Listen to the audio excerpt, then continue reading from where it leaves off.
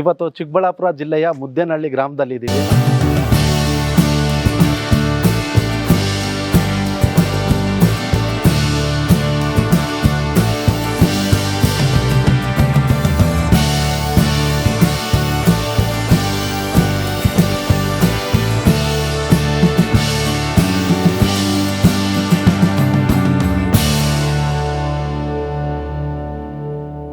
ಧನ್ವಿನ್ ಟಿವಿಯ ಎಲ್ಲ ವೀಕ್ಷಕರಿಗೂ ನಮಸ್ಕಾರ. ನಾನು ನಿಮ್ಮ ವಿನಯ್ ಕನ್ನಡಿಗ.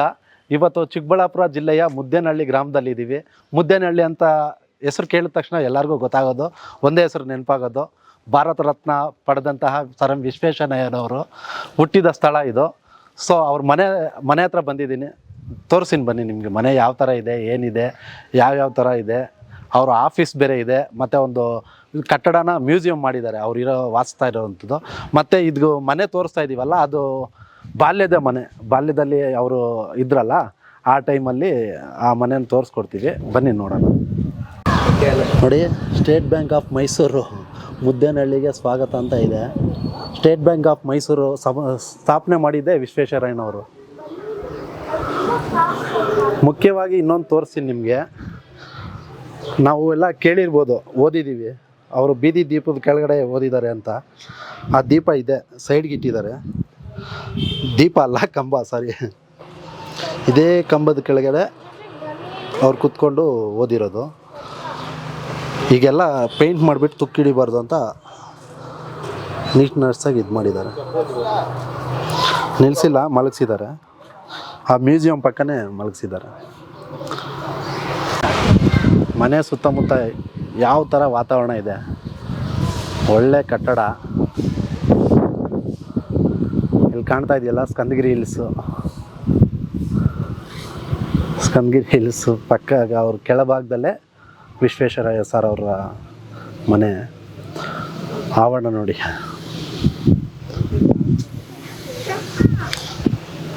ಈಗ ನಾವು ಏನು ನೋಡ್ತಾ ಇದ್ದೀವಿ ದೃಶ್ಯಗಳಲ್ಲಿ, ಇದೆ ಅವರ ಬಾಲ್ಯ ಜೀವನ. ಇದೇ ಕಟ್ಟಡದಲ್ಲಿ ಅವ್ರು ಮಾಡಿರೋದು. ಎಲ್ಲ ಡೋರೆಲ್ಲ ಕ್ಲೋಸ್ ಆಗೋಗಿದೆ, ಒಳಗಡೆ ಏನು ಹೋಗೋಕ್ಕಾಗಲ್ಲ.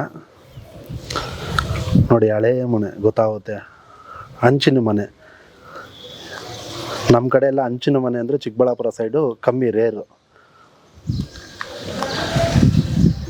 ಆ ಟೈಮಲ್ಲಿ ಇದೇ ಥರ ಇರ್ತಾಯಿತ್ತು. ಬನ್ನಿ ಕ್ಲೋಸಪ್ಪಲ್ಲಿ ತೋರಿಸ್ತೀನಿ ಯಾವ ಥರ ಇದೆ ಅಂತ. ವಿಶ್ವ ಕುಟೀರ ಅಂತ ಇದೆ.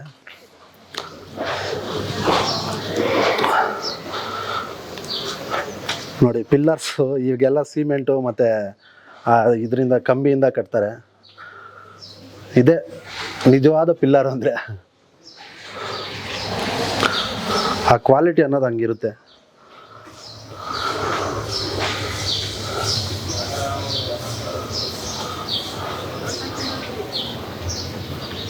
ಹಂಚುಗಳು ಮೋಸ್ಟ್ಲಿ ಬೇರೆ ಚೇಂಜ್ ಮಾಡಿದ್ದಾರೆ. ಇದು ಹಳೇದಲ್ಲ, ಹೊಸವೇ ಅನಿಸುತ್ತೆ, ಅಷ್ಟು ಹಳೇವಲ್ಲ.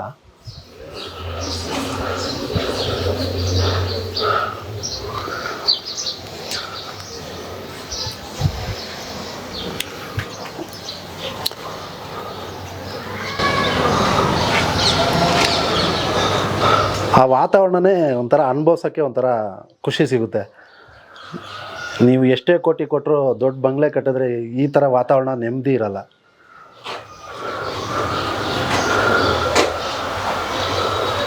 ಆ ಡಿಸೈನ್ ನೋಡಿ ಹೆಂಗಿದೆ ಅಂತ, ಪಟ್ಟಿಗಳು.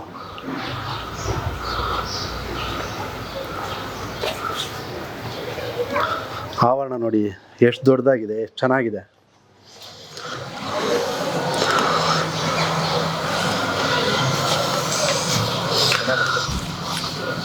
ಪಕ್ಕಕ್ಕೆ ಹೋದರೆ ದೊಡ್ಡ ಬಿಲ್ಡಿಂಗು, ಬಂಗ್ಲೆ, ಅದನ್ನು ಮ್ಯೂಸಿಯಂ ಮಾಡಿದ್ದಾರೆ.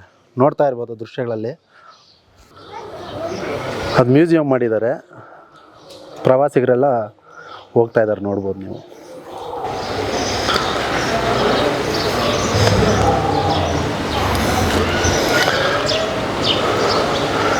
ಇದು ಗೊತ್ತಾಗ್ತಾ ಇಲ್ಲ ತುಂಬ ಜನಕ್ಕೆ. ನನಗೆ ಗೊತ್ತಿರೋ ಪ್ರಕಾರ ಇದು ಆಫೀಸ್ ಅನಿಸುತ್ತೆ ಅವ್ರದ್ದು, ಮನೆ ಕಚೇರಿ.